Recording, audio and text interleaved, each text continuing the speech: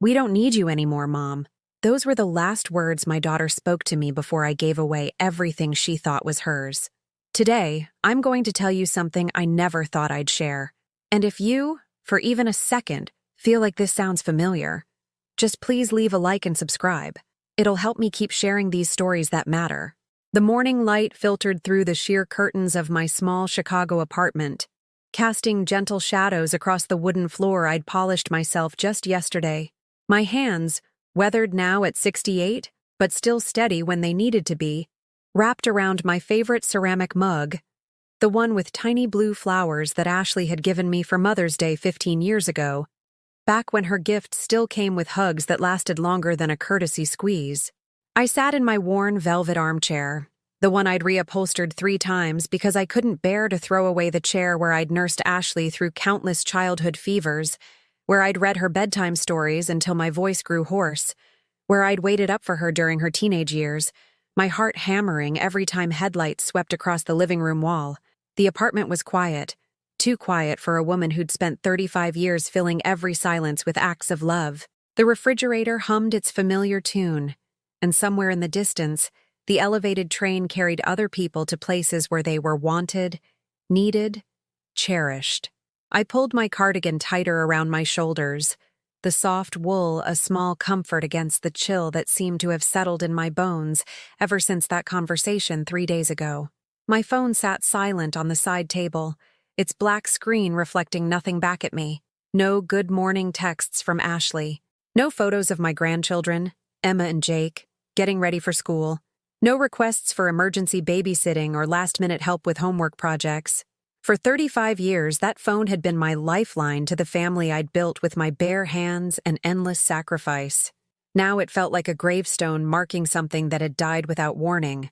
I reached for the manila folder I'd placed on the coffee table the night before, my fingers trembling slightly as I touched the crisp papers inside. Property deeds, bank statements, investment portfolios, insurance policies, a lifetime of careful planning and strategic saving, all documented in precise black ink and official stamps.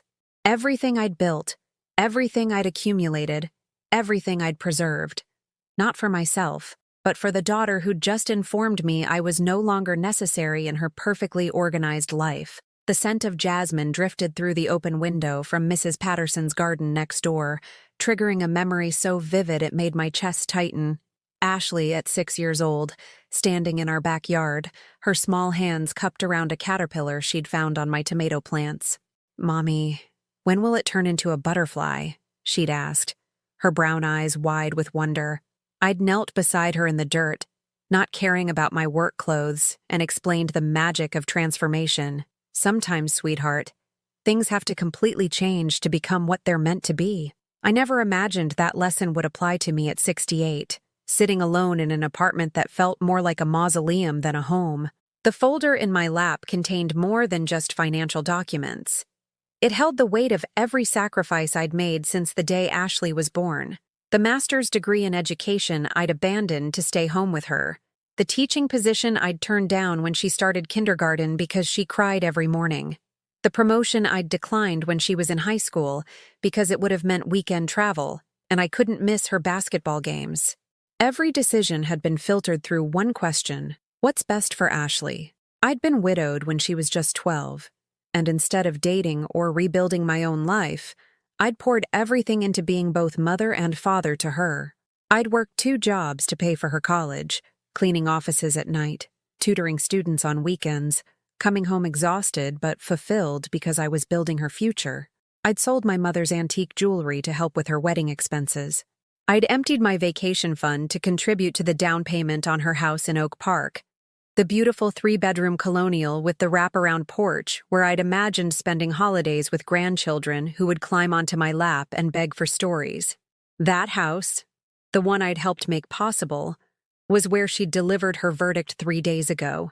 Standing in the kitchen I'd helped design, surrounded by the granite countertops I'd helped pay for, she'd looked at me with the casual indifference usually reserved for telemarketers and said the words that shattered everything I thought I knew about love, family, and the unbreakable bonds between mother and child. "We don't need you anymore, Mom." I closed my eyes and let the memories wash over me, each one a small paper cut that had somehow, over the years, created a wound deep enough to drain the life from my spirit. Ashley's first day of college at Northwestern.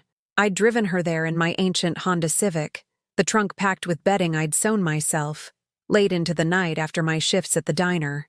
She'd been embarrassed by the car, I could tell, watching her classmates being dropped off by parents in luxury SUVs and sedans. But she'd hugged me goodbye and whispered, "Thank you, Mom," in my ear. And I'd driven home thinking that the 4 years of ramen noodles and secondhand clothes had been worth it for that moment, her wedding day. I'd taken out a loan against my retirement savings to help pay for the reception she'd dreamed of. The venue overlooking Lake Michigan, the live band, the open bar, the flowers flown in from California. Brian's parents had contributed too, but they'd made sure everyone knew about their generosity, while I'd quietly handled the caterer's final payment and the photographer's overtime fees. I'd worn a dress from the department store clearance rack, altered to fit by the same hands that had hemmed Ashley's wedding gown for free because the seamstress's fee wasn't in our budget. I'd danced with her at the reception, holding my daughter close while the band played Isn't She Lovely, and she'd whispered, "I love you, Mom. I'll never forget everything you've done for me." I'd believed her then, believed that love was a savings account that accumulated interest over time, that all the deposits I'd made would somehow protect me from ever being overdrawn. When Emma was born, I'd been there. Not just for the delivery, but for the 3 weeks after when Ashley couldn't stop crying, and Brian worked late every night. Claiming his new promotion demanded extra hours. I'd moved into their guest room, taking care of a colicky baby who screamed from midnight until dawn, doing laundry and grocery shopping and cooking meals that no one thanked me for because exhausted new parents don't have energy for gratitude. I'd held Emma during those long nights, walking the hardwood floors I'd helped pay for, singing lullabies my own mother had sung to me decades before. "Hush, little baby, don't say a word," I'd whispered into her tiny ear. "Grandma's gonna buy you a mockingbird." And I did buy her everything.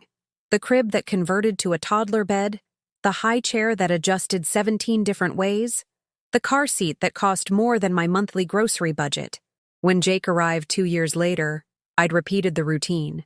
Sleepless nights, endless laundry, mediating the toddler jealousy while Ashley recovered from a difficult C-section.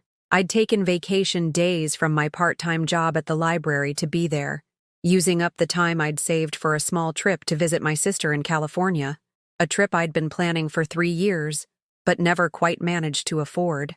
The financial sacrifices had become so routine, I'd stopped calculating them. Ashley's car insurance when she was 25 and couldn't afford it herself. The emergency loan when Brian's startup failed and they faced foreclosure. Emma's private music lessons because the school program wasn't advanced enough. Jake's travel baseball team fees and equipment. Christmas presents that emptied my checking account but filled their living room with joy. I'd convinced myself that this was what love looked like. Endless giving without keeping score, support without conditions, availability without boundaries. I'd been the on-call grandmother, the emergency babysitter, the crisis manager who showed up whenever life became too overwhelming for them to handle alone. But somewhere along the way, my helpfulness had transformed into expectation. My availability had become assumed. My love had become a utility service. Reliable, constant, and apparently as noticeable as electricity until the power got cut off. The shift had been gradual. Phone calls that became shorter and more transactional. Visits that felt rushed, with Ashley checking her phone while I talked. Holiday invitations that came with lists of what I should bring instead of simple joy at my presence. Grandchildren who were too busy with screens to sit with me, too sophisticated for the simple games I'd played with Ashley at their age. Was I used? The question had been whisper in my mind for months before I'd dared speak it aloud to my reflection. Was I used by the daughter I'd raised to believe that family meant sacrifice? That mothers existed to solve problems and provide solutions, and never ask for anything in return? Last Christmas, I'd arrived at their house with my arms full of carefully chosen presents and homemade cookies, only to find Brian's parents already there, holding court in the living room I'd helped furnish. They'd greeted me politely but without warmth, as if I were a distant relative rather than the woman who'd made their son's wife's stability possible. Ashley had kissed my cheek quickly and handed me an apron, asking if I'd mind helping in the kitchen while she entertained the important guests. I'd spent Christmas Day washing dishes and serving food I hadn't been invited to help plan, watching through the kitchen doorway as Emma and Jake opened expensive gifts from the other grandparents, while my modest presents remained unopened under the tree. When I'd finally sat down to eat, the conversation flowed around me as if I were invisible. Discussions of vacation plans and business ventures and social events I wasn't included in. That night, driving home alone while they settled in for what Ashley called family time, I'd finally admitted the truth I'd been avoiding for months. I had become background music in my own daughter's life, essential enough to be expected, dispensable enough to be dismissed. The revelation should have been devastating. Instead, it was clarifying. The small cruelties had accumulated like dust in corners I'd been too busy cleaning other people's messes to notice. They were subtle at first. So subtle I'd convinced myself I was being oversensitive, that my hurt feelings were the product of loneliness rather than legitimate neglect. My 70th birthday had passed last month with a single text message from Ashley. "Happy birthday, Mom. Sorry we can't celebrate today. Emma has soccer and Jake has a sleepover. Rain check?" The rain check never came. No phone call, no visit, no acknowledgement that I'd reached a milestone that should have mattered to someone who'd supposedly loved me for 7 decades. I'd spent that day alone in my apartment, looking through photo albums and remembering Ashley's 16th birthday party, the one I'd planned for 3 months, staying up late making decorations by hand because the store-bought ones were beyond our budget. 50 teenagers had crowded into our small apartment, eating cake I'd baked from scratch and laughing at games I'd organized. Ashley had hugged me that night and said, "Mom, you're the best. I hope I can do something this special for you someday." Someday had never come. When I'd been diagnosed with early-stage breast cancer 8 months ago, I'd called Ashley immediately, my voice shaking as I explained what the doctor had told me. Treatable, they'd assured me, but I'd need surgery and several weeks of recovery. I'd expected her to drop everything, to insist on coming with me to appointments, to fuss and worry and remind me that we'd face this together. Instead, she'd actually sighed, and said, "Mom, you know this is Emma's championship season, right? And Brian's traveling for work all month. Can you handle the surgery stuff yourself? I mean, it's routine, right? They said it was treatable? I'd handled it myself. Driven myself to pre-op appointments, arranged my own transportation home after surgery, spent 5 days recovering alone while my daughter coached soccer games and attended business dinners. She'd sent a fruit basket with a card that read, "Thinking of you. Get well soon. XOXO Ashley, Brian, Emma, and Jake." The generic message could have been sent to any acquaintance, any distant relative, any stranger deserving of polite concern, but not genuine care. The night after my surgery, when the pain medication made everything feel surreal and frightening, I'd called her at 10 p.m., needing to hear a familiar voice, needing to know I wasn't completely alone in the world. Brian had answered, his tone irritated. "Helen? Ashley's at Emma's practice. They're running late. Is it an emergency?" Was it an emergency that I was scared? Was it an emergency that the woman who'd given birth to his wife was lying in a hospital bed, wondering if this was how her story would end? Surrounded by machines instead of people who loved her? Was it an emergency that I needed 5 minutes of connection with the family I'd spent my entire adult life building? "No," I'd whispered. "Not an emergency." He'd hung up without saying goodbye. Ashley never called back. The microaggressions continued with surgical precision. Phone calls that went straight to voicemail and weren't returned for days. Invitations to family events that came with strings attached. Could I bring dessert? Could I help set up? Could I watch the kids afterward so the adults could have time to themselves? When I'd suggested coming over for a simple dinner, just to spend time together, Ashley would respond with lists of everything she needed to accomplish that week, as if my presence was another item on her already overwhelming to-do list. "Mom, you know how busy we are," became her standard response to any request for time together. As if I didn't understand busy. As if I hadn't spent 35 years being busy raising her, working multiple jobs, managing a household, coordinating her schedule, solving her problems, and somehow still finding time to make her feel loved and important. The morning that changed everything started like any other. I'd been sorting through old financial documents, preparing for tax season, when I found a folder I'd forgotten about. Insurance papers from when I'd helped with their house purchase. Curious, I'd called the insurance company to remove myself as a contact, wanting to simplify my records. "I'm sorry, Mrs. Mitchell," the representative had said, "but according to our files, you're not listed as a contact on this policy. You were removed as an authorized party 2 years ago at the policyholder's request." 2 years ago? Around the time Ashley had started treating my calls like interruptions rather than connections. Something cold settled in my stomach as I hung up the phone. I called the mortgage company next, thinking there might be a simple explanation, a clerical error that could be quickly resolved. "Mrs. Mitchell, I show that you were removed from all account notifications in January of last year. The primary account holder submitted a written request to limit communication to immediate family members only. Immediate family members only. I wasn't considered immediate family on the house I'd helped them buy. My hands were shaking as I called the bank where I'd helped establish Emma's college fund. The account I'd contributed to for 12 years, depositing $25 every month even when I could barely afford groceries. "I'm sorry, but I can't provide information about that account. Your access was revoked 14 months ago." The room spun around me as the truth crystallized with devastating clarity.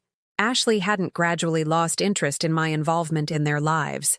She'd systematically erased me from their official documents, removing my name from everything that connected me legally to the family I'd helped build. I wasn't just being emotionally distanced. I was being legally divorced from the life I'd invested everything in. I sat in my kitchen chair, staring at the phone in my trembling hands, understanding for the first time that my daughter hadn't just been busy, or stressed or overwhelmed by modern life. She'd been planning, calculating, methodically removing me from their financial and legal landscape while still expecting me to provide emotional and monetary support whenever they needed it. The ceramic mug I'd been holding slipped from my fingers, shattering against the linoleum floor in an explosion of blue flowers and hot tea. I stared at the pieces scattered around my feet, some large enough to recognize, others broken into fragments too small to repair. Just like trust, just like love, just like the relationship I'd thought was unbreakable between a mother and the child she'd sacrificed everything to raise. I didn't clean up the mess immediately. Instead, I sat there among the broken pieces of pottery and the spreading puddle of tea, finally understanding what I'd been too afraid to acknowledge for months. I hadn't been demoted in my daughter's life. I'd been fired.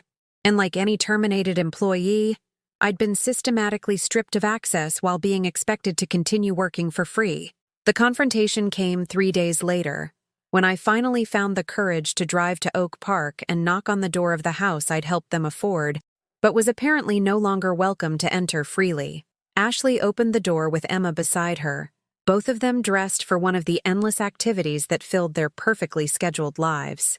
Ashley's expression shifted from surprise to annoyance in the span of a heartbeat, the look of someone whose carefully orchestrated day was being disrupted by an unexpected inconvenience.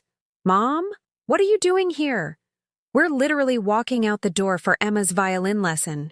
I stood on the porch I'd helped finance, holding the folder of documents I'd discovered, feeling like a stranger asking for permission to enter my own family's life. "We need to talk, Ashley. About the insurance policy, about the mortgage, about the college fund." Something flickered in her eyes. Not guilt, but calculation. The look of someone quickly assessing how much trouble they were in and what story might minimize the consequences. "Emma, go get in the car," she said without taking her eyes off me. "Tell your father we'll be late." Emma glanced between us with the intuitive awareness children develop when they sense adult conflict brewing. At 15, she was old enough to understand tension, but young enough to want to escape it.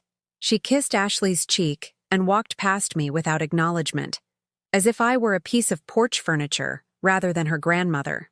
Ashley stepped outside and closed the door behind her, creating a physical barrier between me and the home I'd helped make possible. "Look, Mom, I don't know what you think you've discovered, but you removed me from everything," I said quietly, my voice steadier than I'd expected.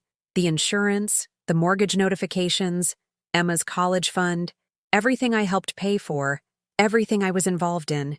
You erased me from all of it. She crossed her arms, her defensive posture confirming what I'd hoped was somehow a misunderstanding. Those are legal documents, Mom. We needed to simplify our financial organization. It doesn't mean anything personal. Simplify? The word came out as a laugh that held no humor. You simplified me right out of my granddaughter's education fund, the one I've been contributing to for 12 years. You can still contribute, she said quickly, as if this somehow solved the problem. We never said you couldn't help with Emma's college. We just needed cleaner paperwork for tax purposes. The casual manipulation in her tone, the way she framed theft as organizational efficiency, hit me harder than outright hostility would have. This wasn't emotional reaction or temporary stress. This was calculated self-interest disguised as practical necessity. Ashley, I helped you buy this house. I've contributed tens of thousands of dollars to your family's security. And you removed me from everything without even telling me? Mom, you're being dramatic. She glanced toward the car where Brian was waiting, clearly anxious to end this conversation before it attracted more attention. We appreciate everything you've done. But we're adults now. We needed to take control of our own finances. Control, I repeated. By removing the person who helped make them possible? Brian's car window rolled down. Ash, we're going to be late. Just a minute, she called back, then turned to me with the strained patience of someone managing a difficult child. Mom, I don't have time for this conversation right now. Can we talk later? Later. Always later. Later when it was convenient for her. When she could prepare her responses, when she could control the narrative and minimize the damage to her self-image as a good daughter who appreciated her mother's sacrifices. No, I said, surprising both of us with the firmness in my voice. We're talking now. Her expression hardened. Fine. Yes, we updated our legal documents. Yes, we removed you as a contact on some accounts. We needed to establish independence, Mom. We couldn't have you involved in every financial decision for the rest of our lives. I wasn't involved in your decisions. I was just helping when you asked. You were always asking questions, she shot back. Always wanting to know about our finances, our plans, our choices. It felt like supervision, not support. The accusation stung because it revealed how she'd reframed my care as intrusion, my investment as interference. Every time I'd asked about their mortgage payments, wanting to know my contributions were being used responsibly, she'd apparently experienced it as judgment. Every time I'd inquired about Emma's college savings, concerned about my granddaughter's future, she'd felt criticized rather than supported. I asked questions because I cared, I said, because I wanted to make sure my help was actually helping. And that's exactly the problem. The words exploded out of her with surprising vehemence. Every gift came with strings attached. Every contribution came with expectations. We felt like we owed you constant updates, constant gratitude, constant inclusion in decisions that should have been private. Brian honked the horn impatiently, and Ashley's jaw tightened with frustration at being pulled in multiple directions. Look, Mom, we love you, but we needed boundaries. We needed space to make our own mistakes without feeling like we were disappointing you every time something went wrong. So you decided to cut me out completely? We decided to grow up, she said, and the dismissiveness in her tone made me feel smaller than I had since I was a child being scolded for asking too many questions. We decided to stop depending on you for everything, but you haven't stopped depending on me, I pointed out. You still call when you need babysitting. You still expect birthday presents and Christmas contributions. You still want the support. You just don't want me to have any official connection to the life I'm supporting. For a moment, her confident facade cracked, and I saw something that might have been shame flicker across her features. But it was quickly replaced by defensive anger. That's not fair, Mom. We never asked you to sacrifice everything for us. That was your choice. And now you're acting like we owe you some kind of debt that can never be repaid. The words hit me like a physical blow, so cruel and calculated that I actually stepped backward. I never said you owed me anything. You didn't have to say it. It was in every conversation, every gift, every favor. This underlying message that we should be grateful, that we should include you, that we should organize our lives around your feelings. Brian honked again, longer this time, And Ashley glanced toward the car with obvious relief at having an excuse to end this conversation. I have to go, Mom. Emma's lesson starts in 10 minutes and traffic is terrible. She was already moving toward the car when I called after her. Ashley, wait. She turned back, her hand on the car door, impatience radiating from every line of her body. When? I asked. When did I become such a burden to you? For just a moment, her expression softened, and I saw a flash of the daughter who had once needed me, who had once valued my presence instead of enduring it. But the moment passed quickly, replaced by the cool efficiency of someone who had made a decision and was determined to stick with it. You're not a burden, Mom. But you're not our responsibility either. Boy, she got in the car and they drove away, leaving me standing on the porch of the house I'd helped them buy, finally understanding that my daughter hadn't just removed me from their financial documents. She'd removed me from their lives entirely.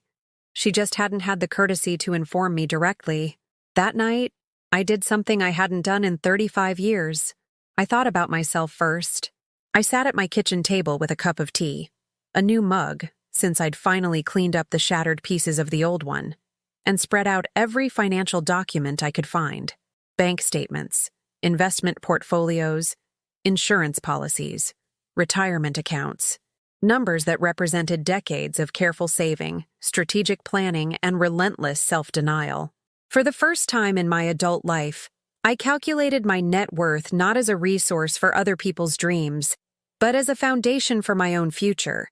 The number surprised me. Despite years of contributing to Ashley's life, despite the loans and gifts and endless financial support, I had accumulated more than I'd realized. Not wealth exactly, but security.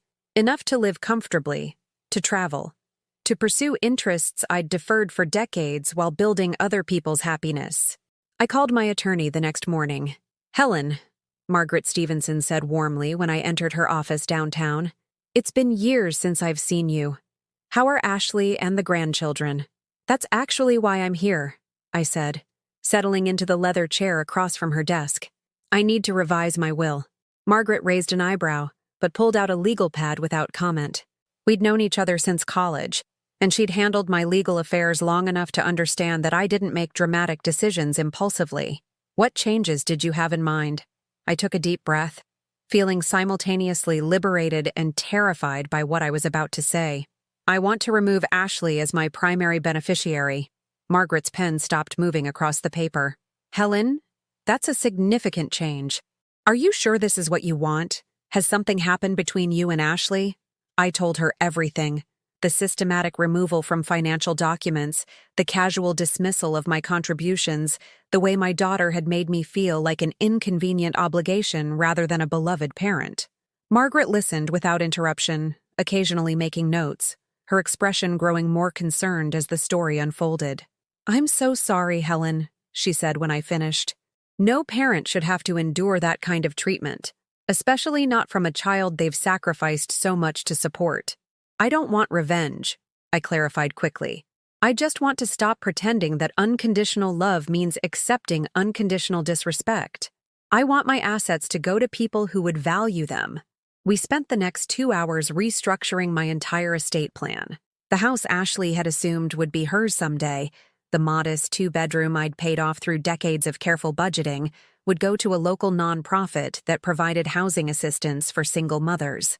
My savings accounts would be divided between several charities, a scholarship fund for first-generation college students, a program that provided meals for elderly shut-ins, an organization that offered free legal services to women escaping domestic violence. Emma's college fund, the one I'd been contributing to for 12 years before being unceremoniously removed, would be donated to a foundation that helped foster children access higher education. If my granddaughter needed financial support for college, she could apply for assistance through the same competitive process as any other deserving student. Are you sure about this? Margaret asked as I signed the final documents.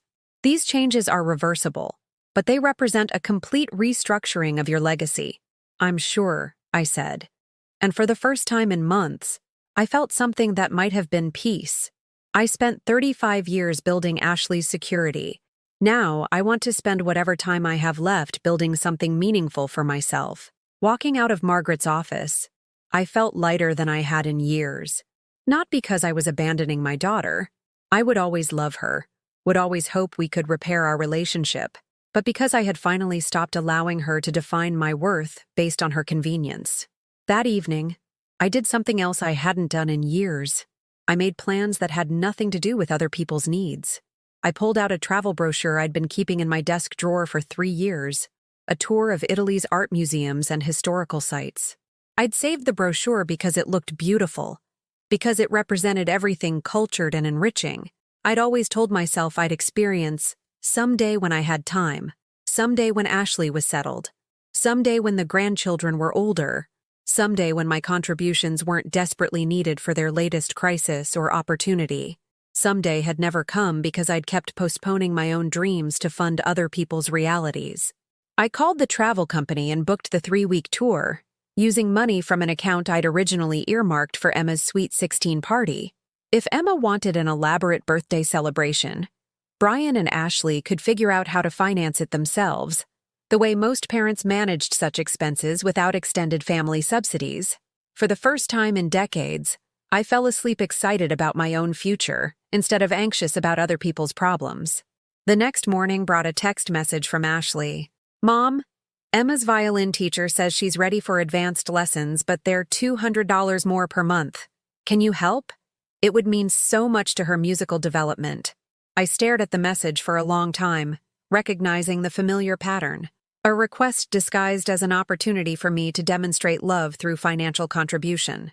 Emma's musical development was important, but it wasn't my responsibility to fund it, especially when I'd been systematically excluded from all other aspects of her education planning. I typed back, "That sounds like a wonderful opportunity for Emma. I'm sure you and Brian will figure out how to make it work." The response came within minutes. "Mom, we're stretched pretty thin this month.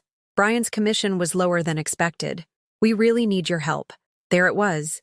The assumption that my resources existed primarily to solve their problems, to bridge the gap between their desires and their budget, to ensure that their children never had to experience the disappointment of wanting something their parents couldn't immediately provide. I typed, "I understand money is tight sometimes. I'm sure Emma will appreciate whatever level of lessons you can afford right now." My phone rang immediately. "Mom?" Ashley's voice was tight with barely controlled frustration. "Did you read my text? Emma needs these lessons. This is her chance to really develop her talent. And it's your chance to really develop your parenting skills," I said calmly. "You'll figure out how to make it work if it's truly important to you." The silence on the other end of the line was so complete, I wondered if the call had dropped. "Mom, are you feeling okay? You're acting really strange."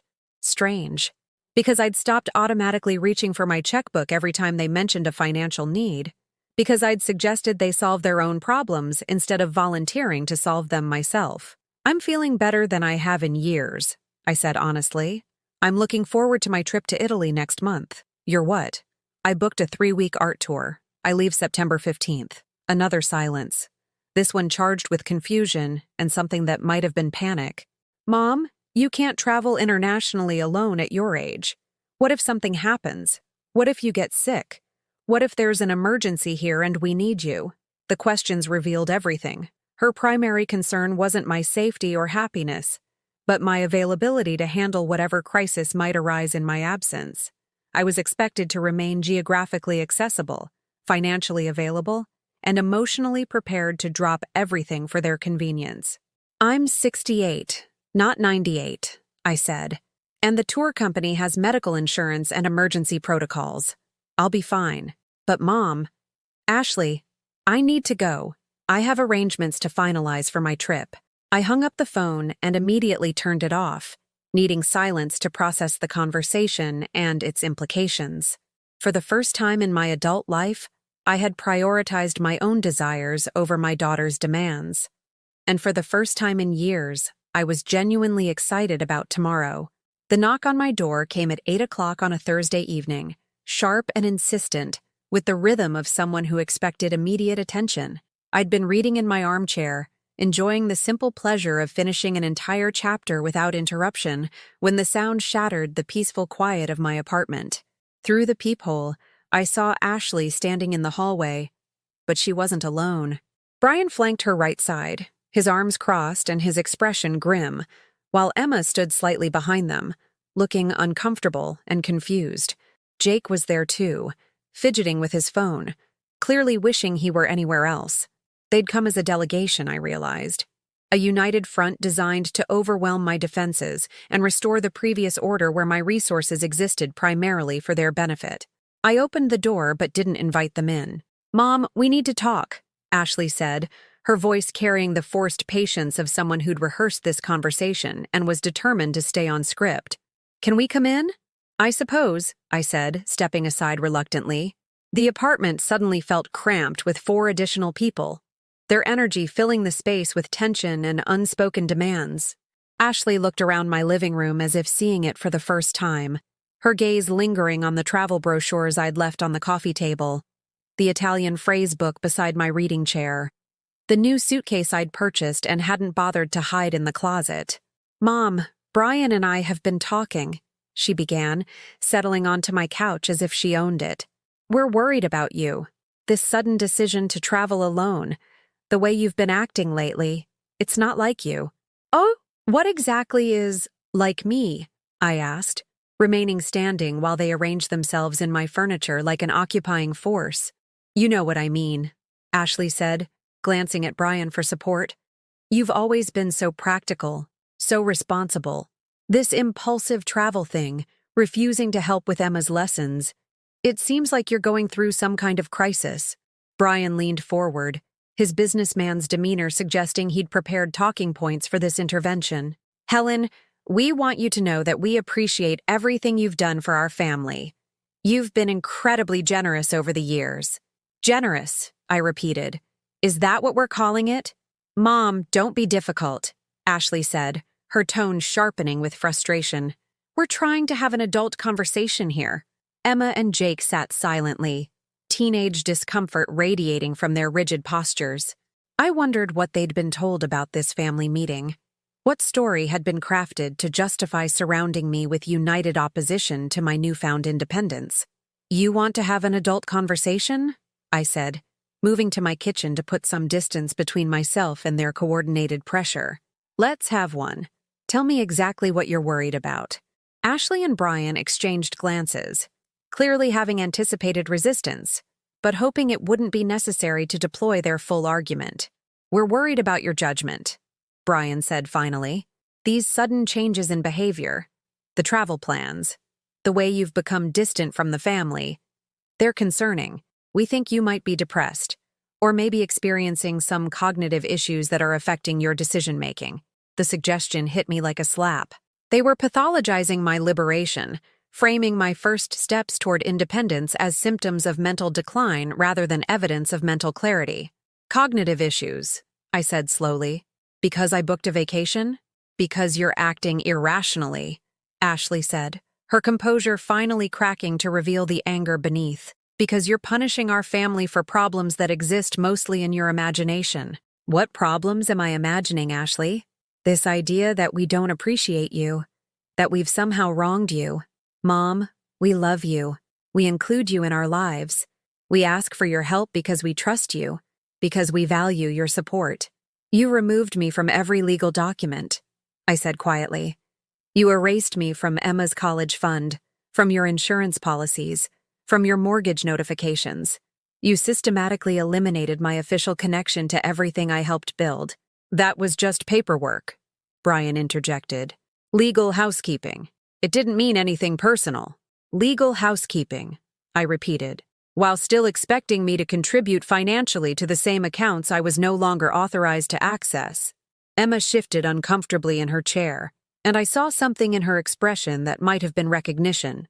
At 15, she was old enough to understand the implications of what I was describing, smart enough to recognize the contradiction between wanting my money while rejecting my involvement. "Mom, you're twisting this into something it's not," Ashley said. "We never said we didn't want your help. We just needed some boundaries around our finances. Boundaries that allowed money to flow in one direction, but prevented information from flowing in the other. That's not fair." "Fair?" The word exploded out of me with surprising force. You want to talk about fair?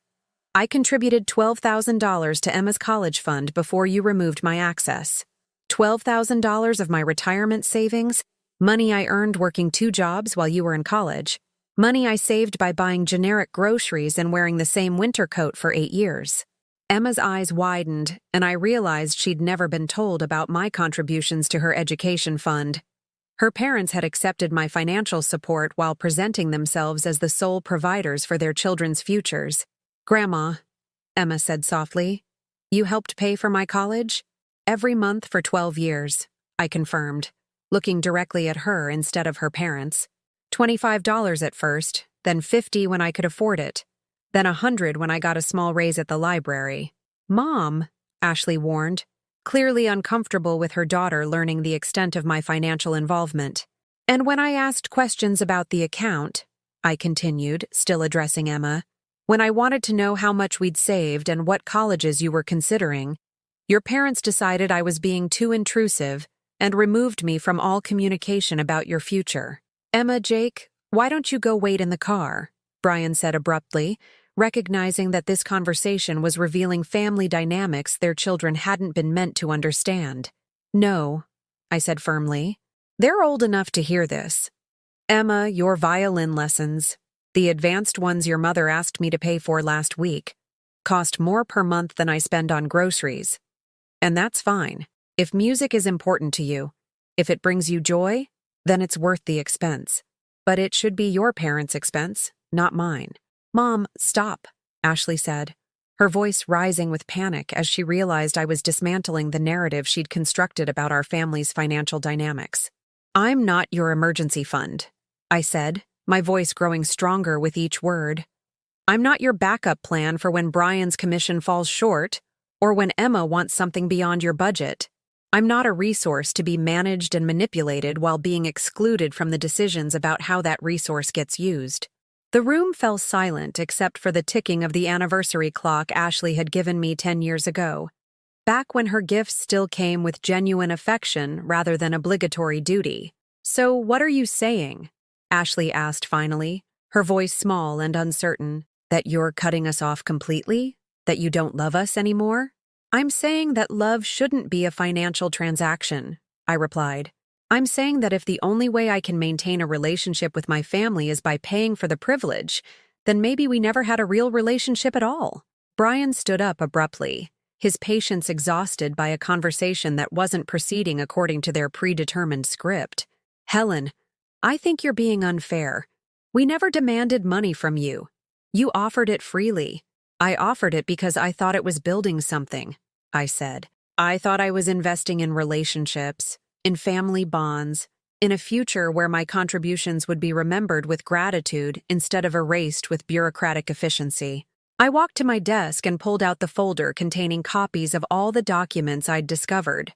The insurance policies that no longer listed me, the mortgage notifications that had been redirected away from me, the college fund statements that showed my 12 years of contributions, followed by my sudden removal from access. "I want you to look at these," I said, spreading the papers across my coffee table. "Look at the dates when I was removed from everything. Look at the pattern of excluding me from official recognition, while continuing to expect unofficial support." Ashley stared at the documents as if they were evidence of a crime she'd forgotten committing. "Mom, we didn't think— You didn't think I'd notice," I said. "You didn't think I'd care. You assumed I'd continue contributing indefinitely without asking questions, without expecting acknowledgement, without requiring respect." Emma picked up one of the college fund statements, studying the monthly deposits listed under my name. "Mom," she said to Ashley, "why didn't you tell me Grandma was helping pay for college?" "Because it's complicated," Ashley said weakly. "Because financial matters are private family business." "But I'm family," Emma pointed out with 15-year-old logic. "And so is Grandma." Jake looked up from his phone for the first time since entering my apartment. "Are you really not going to help us anymore, Grandma?" The question, asked with the genuine confusion of a 12-year-old who'd never had to think about money or family politics, nearly broke my resolve. But I'd learned that kindness without boundaries wasn't kindness at all. It was enabling a dynamic that diminished everyone involved. "I'm going to help myself first," I said gently. "And then, if there's anything left over, I'll consider helping people who treat me with respect and appreciation." "This is insane," Brian said, clearly having reached the limit of his diplomatic patience. "Helen, you're destroying your family over hurt feelings and misunderstandings." "No," I said, looking each of them in the eye. "I'm refusing to let my family destroy me." 3 weeks later, I stood in the Uffizi Gallery in Florence, surrounded by masterpieces I'd only seen in books, feeling more alive than I had in decades. The afternoon light streamed through tall windows, illuminating Botticelli's Birth of Venus with a golden radiance that made the goddess seem to breathe. I'd been standing there for 20 minutes, lost in contemplation, with no one checking their watch beside me, no one asking when we'd be moving on to the next scheduled activity. For the first time in 35 years, my time belonged entirely to me. The tour group I'd joined was small, 12 people, mostly women in their 60s and 70s, who'd decided that waiting for permission to live their dreams was a luxury they could no longer afford. Margaret from Detroit had started traveling after her husband's funeral, realizing she'd spent 40 years deferring her own interests to accommodate his preference for staying home. Susan from Portland had begun taking art classes at 68, discovering a talent for watercolor painting that had been dormant since high school. "It's never too late to become who you were meant to be," Margaret had said over dinner in a small Tuscan restaurant, her eyes bright with the confidence of someone who'd learned to value her own dreams. The only tragedy is thinking it is. Every morning in Italy felt like a small resurrection. I woke up in beautiful hotels, enjoyed leisurely breakfasts without checking my phone for emergency requests, spent entire days focused on beauty and culture and the simple pleasure of being present in moments that belonged entirely to me. I bought myself flowers in local markets, not because it was a special occasion, but because I wanted them. I ordered dessert at restaurants, not because I was celebrating anything, but because the tiramisu looked delicious, and I was finally old enough to eat dessert whenever I pleased. The phone calls from Ashley had started 3 days into my trip. "Mom, where are you? I've been calling for hours. Emma has a recital tomorrow and she specifically asked for you to be there." I was sitting in a cafe overlooking the Arno River when the call came, watching the sunset paint the water in shades of gold and amber that no photograph could capture. "I'm in Florence," I said simply. "I told you I'd be traveling for 3 weeks." "But Emma's recital will be beautiful without me," I said, surprising myself with how easily the words came. "She's a talented girl. She doesn't need an audience to validate her abilities." The silence on the other end of the line spoke volumes. Ashley had expected me to cut my trip short, to abandon my first vacation in decades, because Emma had a 15-minute violin performance that would be attended by dozens of other family members and friends. "Mom, I can't believe you're choosing some random trip over your granddaughter's important moment." "I'm choosing myself," I said gently. "For the first time in my adult life, I'm choosing myself." The calls became less frequent after that, replaced by text messages that grew increasingly desperate as Ashley realized I wasn't going to resume my previous role as the family's emergency response system. When Jake got sick and needed to be picked up from school, she had to leave work early instead of calling me. When Emma forgot her violin at home on lesson day, Brian had to drive it to the music academy instead of expecting me to handle the crisis. They were learning to solve their own problems, and surprisingly, they were quite capable of doing so when they couldn't rely on me as a backup plan. On my last day in Italy, I did something I'd never done before. I bought myself jewelry. Not the practical, modest pieces I'd always chosen, but a beautiful necklace of Venetian glass beads in shades of blue and gold that reminded me of the morning light on the Grand Canal. The saleswoman spoke limited English, but her smile was universal as she fastened the clasp around my neck. "Bella," she said, gesturing toward my reflection in the mirror. "Very beautiful." I looked at myself, really looked, for the first time in years. My hair had grown longer during the trip, softening the practical cut I'd maintained for decades.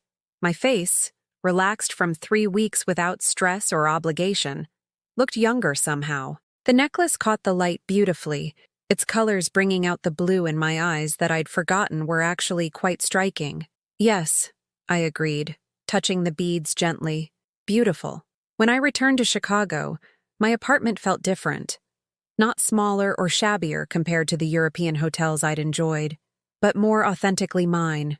I'd left as a woman defined by her relationships to other people. Mother, grandmother, emergency contact, financial resource. I'd returned as someone who existed independently, whose worth wasn't measured by her usefulness to others. I kept the travel brochures on my coffee table, not hidden away in a drawer for someday consideration, but displayed prominently as promises to myself. Greece in the spring, a river cruise through Germany, maybe even a winter in Arizona, where other retired women went to escape Chicago's brutal cold and discover what life felt like when you prioritized your own comfort over other people's expectations. The silence from Ashley continued for 2 weeks after my return. No requests for babysitting, no updates about the children's activities, no casual calls about weekend plans. I missed them, of course, particularly Emma and Jake, who were innocent victims of their parents' financial manipulation. But I didn't miss the constant undercurrent of obligation that had characterized every interaction for years. When the call finally came, Ashley's voice was different. Smaller somehow, less certain of her righteous position. "Mom? It's me. Could we maybe talk?"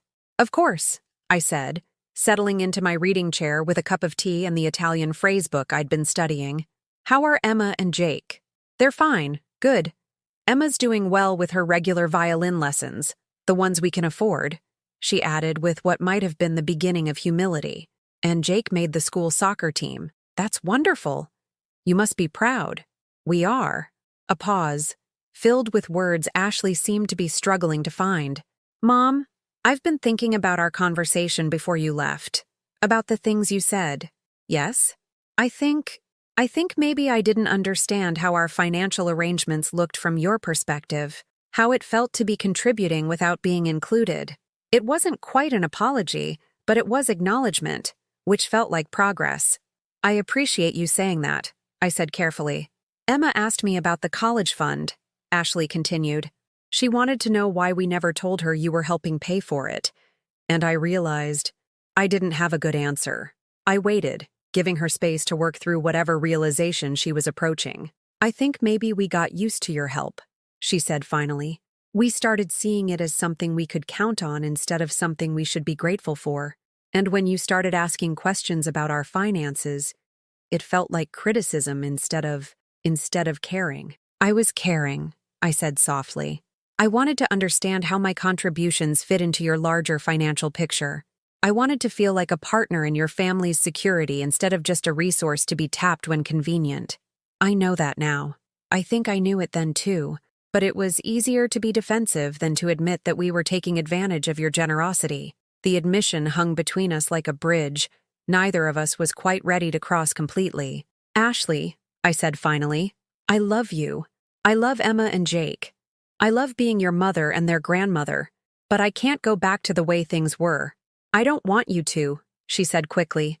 I want to figure out how to have a relationship that's fair to everyone, including you." For the first time in months, I felt a flutter of hope.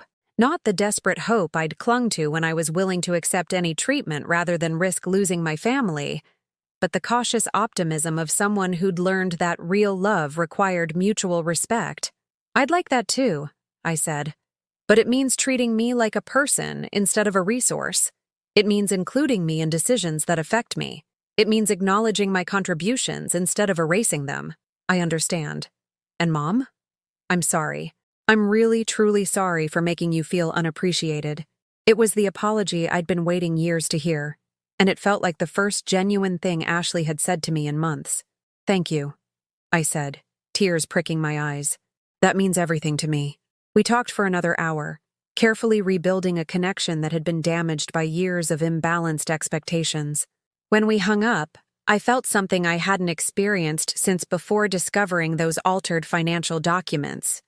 Hope for a future that included my daughter without requiring my diminishment. The next morning, Emma called. "Grandma? It's me. I wanted to thank you for helping with my college fund all these years. Mom told me how much you contributed, and I had no idea." "You're very welcome, sweetheart." Education is the best investment anyone can make. I know my parents messed up, she said with the directness that 15-year-olds sometimes possess, but I want you to know that I love you, and I'm grateful for everything you've done for our family. I love you too, Emma. And Grandma? I'd really like to hear about your trip to Italy. It sounds amazing. I smiled, looking at the photographs I'd finally gotten developed, the images of a woman I barely recognized, relaxed, confident, genuinely happy. I'd love to tell you about it, I said. It was the trip of a lifetime. 6 months later, I was tending to the small herb garden I'd planted on my apartment balcony when Ashley knocked on my door, carrying a bouquet of sunflowers and wearing an expression of nervous determination. "Happy birthday, Mom," she said, holding out the flowers with a hesitancy that suggested she wasn't entirely sure of her welcome. I'd almost forgotten. My 69th birthday had arrived with the quiet unremarkability of a day that belonged entirely to me. No desperate phone calls about family emergencies that needed my immediate attention. No last-minute requests for emergency babysitting that would eclipse any personal celebration. Just a peaceful morning with my coffee and newspaper, followed by an afternoon of reading in the garden I'd created for my own enjoyment. "Thank you," I said, accepting the flowers and genuinely touched by the gesture. "They're beautiful." "I made reservations at that Italian restaurant downtown," Ashley said hopefully. "The one you mentioned from your trip. I thought maybe we could celebrate properly this year. 6 months ago, I would have been grateful for any acknowledgement of my birthday, no matter how last minute or conditional. Now I felt something more complex. Appreciation for the effort, but also a quiet pride in no longer needing external validation to feel worthy of celebration. "That sounds lovely," I said, and meant it. Over dinner, Ashley told me about the changes they'd made as a family, how they'd started having weekly budget meetings where both parents contributed to financial decisions instead of leaving everything to Brian, how they'd opened a new college fund for Emma, one that listed all contributors transparently and provided regular statements to everyone involved, how they'd had honest conversations with both children about money, contribution, and gratitude. "Emma wants to write you a thank you letter," Ashley said, cutting her chicken piccata with the careful precision of someone still learning to navigate a rebuilt relationship. "A real one, acknowledging everything you've done for her education. She said she was embarrassed that she'd never thanked you properly before." "She doesn't need to be embarrassed," I said gently. "Children shouldn't have to manage adult financial dynamics. That was our responsibility, not hers." "You're right, but she wants to do it anyway. She's proud of you, Mom, for standing up for yourself. She said she hopes she has the courage to set boundaries like that when she's older." The observation surprised me. I'd worried that my confrontation with Ashley might damage my relationship with my grandchildren, that they might see me as difficult or selfish for refusing to continue my previous level of financial support. Instead, Emma seemed to have learned something valuable about self-respect and the importance of mutual appreciation in relationships. "And Jake?" I asked. "Jake is Jake." Ashley laughed. 12-year-old boys don't think much about family dynamics. "But he did ask Brian why you'd been sad before your trip and happy after it. Brian had to explain that sometimes adults need to take care of themselves in order to take care of other people." It was a mature insight from a man who'd initially dismissed my boundaries as irrational selfishness. The fact that he was sharing this wisdom with his son suggested that the entire family was slowly learning lessons that would benefit them long after I was gone. As we walked back to my apartment after dinner, Ashley stopped outside the building and turned to face me with the expression of someone preparing to say something difficult but necessary. "Mom, I need you to know that these past 6 months, watching you live your own life, pursue your own interests, set your own priorities, it's been inspiring. I realized I'd been thinking of you as just my mother, just the kid's grandmother, instead of as a complete person with your own dreams and needs." She paused, gathering courage for whatever came next. "I want to be the kind of woman you've become," she said quietly. "Independent, confident, willing to choose herself when necessary. I want Emma to see that kind of strength in her mother, not just in her grandmother."